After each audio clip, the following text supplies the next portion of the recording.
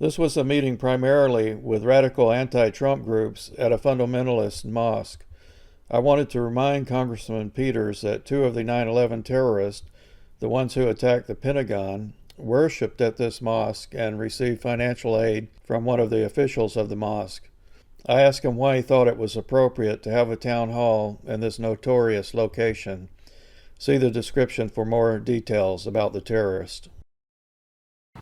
From the travel ban to the border wall, tonight local Democratic Congressman Scott Peters heard real concerns from San Diegans during a town hall meeting at the San Diego Islamic Center. Some were urging Congressman Peters to keep the pressure on the Trump administration, and there were some fireworks. CBS News 8's Abby Alford is live in Claremont with the hot topics and Peters' response. Abby?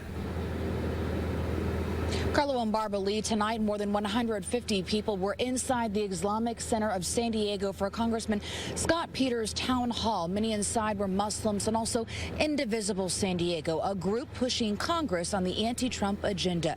Congressman Scott Peters says there's no more about whining but winning. Passion and concern. I am angry and I'm frightened. Hundreds fired up over the Trump presidency and Republican-controlled Congress. What you've done or plan to do to reach out to the hundreds of thousands of conservatives, Republicans, and Trump voters in your districts. All questions echoed during Democratic Congressman Scott Peters' town hall Monday night at San Diego's Islamic Center. We're really scared for our country, seriously scared, terrified for our country. Yeah. The District 52 representative was pressed about the travel ban, the border wall, immigration, protecting and not repealing the Affordable Health Care Act. It's hard when he gives you things like the wall or this Muslim ban or, these really extreme ideas that blowing up the national debt.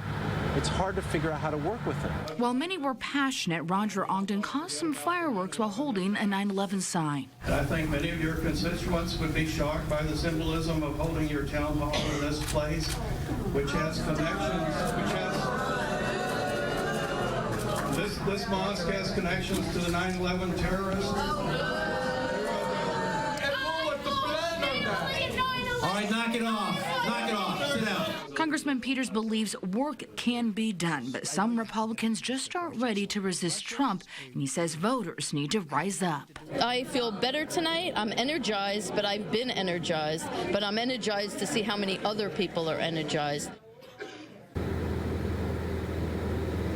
Indivisible San Diego says that it has reached out to the two Republican congressmen in our county. A health care town hall is scheduled in Vista tomorrow night. A spokesperson for Congressman Darrell Issa says he is scheduled to tour a homeless shelter at that time. Congressman Duncan Hunter did not return our request for comment. Carlo. Congressman Scott Peters held a town hall meeting to talk about this new immigrant order. It was held at the Islamic Center in Claremont, and that's where we find KUSI's Ashley Rodriguez. Ashley? Sandra, there was not a lot of people in support of President Trump's new immigration order at tonight's town hall. In fact, Congressman Scott Peters is a Democrat. He's against it. Many of the constituents were Democrats tonight. About 300 showed up. They're against it. And all of them wanted to ask him directly to do whatever he can in Washington to reverse this order. I want to ask him not to vote against everything Trump does. It's a sentiment that was echoed by many of Congressional District 52's constituents in a Monday night town hall over and over again. Wendy Batterson stood in a long line to address Congressman Scott Peters directly. Her main issue, President Trump's latest immigration order.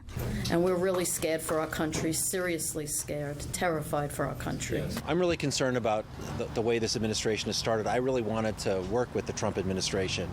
And they've done some things that are very counter to, I think, American interests. One of them is this travel ban. It's really damaging for our businesses. It's really damaging for those families. And frankly, it's discriminatory. And so if that's the way he wants to be, if that's what he's going to propose, we'll have a fight. But Roger Ogden doesn't believe it's a topic Peters or Democrats as a whole are willing to discuss honestly.